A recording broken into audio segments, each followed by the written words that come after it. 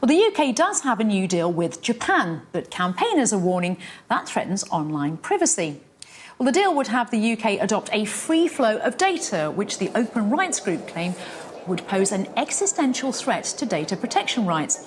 They argue the new deal would force the government to accept lower levels of protection, allowing it to flow to other countries that have similar setups. Well, for more on all of this, I'm now joined by former government advisor on data privacy, that's Jamal Ahmed. Jamal, thank you for joining us. Is an existential threat to our data worth worrying about? Well, in the UK and in Europe, we've been granted our right to privacy as a basic fundamental human right.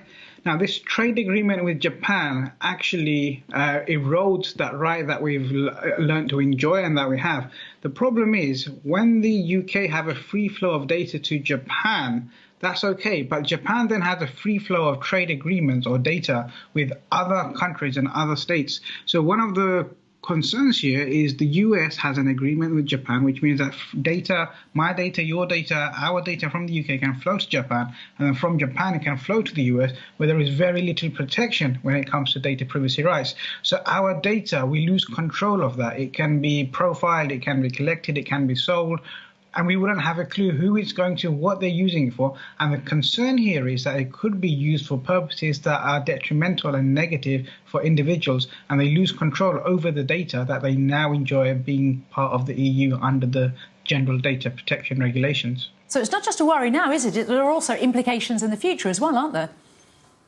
So that's what the worry is. The worry is once that data goes to Japan, you've now suddenly lost all control over it. Wherever it's going to go from there onwards towards the world, you'll have no clue what they're using that for, how they're going to be using that, who else they're going to be sharing that information with, and how it's going to be used to build a profile or for other purposes that might be harmful to each individual in the UK. Well, if you had a decent deal, is it something that might be worth living with?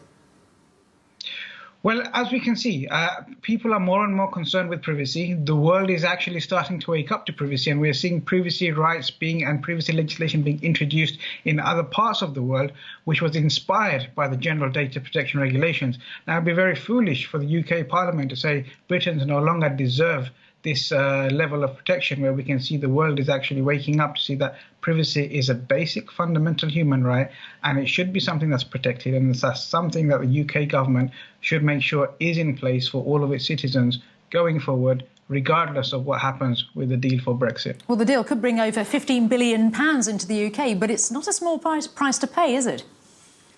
No, so the thing is, yes, the trade deal with Japan could be worth £15 billion, but if we actually look at that, it's only 0.07% of GDP.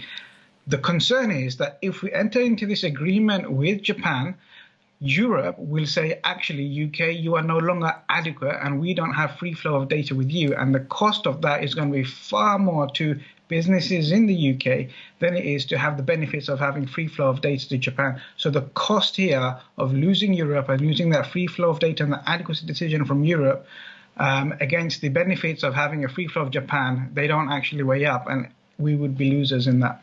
Jamal Ahmed, thank you very much indeed.